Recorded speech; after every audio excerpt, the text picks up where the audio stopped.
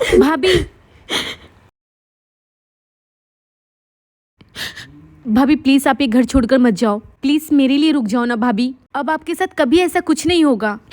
नहीं छोटी, मैं अब उस घर में नहीं जाऊंगी जिस घर में बहुओं की इज्जत नहीं की जाती।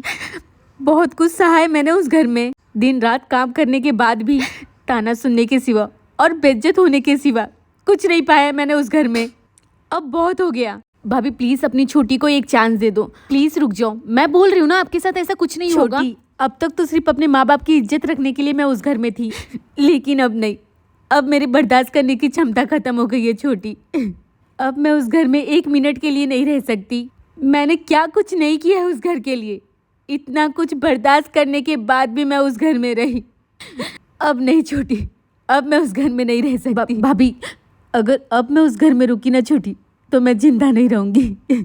अब केवल उस घर से मेरी अर्थी उठेगी। प्लीज छोटी, प्लीज छोटी, अब आप मुझे मत रोको, मुझे जाने दो प्लीज। भाभी प्लीज। कितने बड़े गुनहगार हैं ना हम लोग। किसी की बेटी अपने घर लाकर उसके ऊपर अत्याचार करते, हमें तो भगवान भी माफ नहीं करेगा।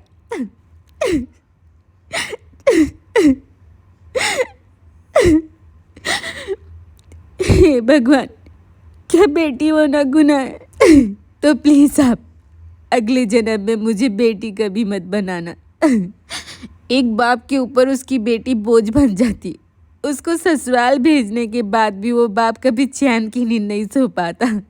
किसी बाप को बेटी मत देना, बेटी बोझ होती है, बेटी बोझ होती है।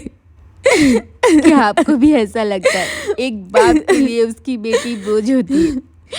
तो कमेंट बॉक्स में जरूर बताइएगा।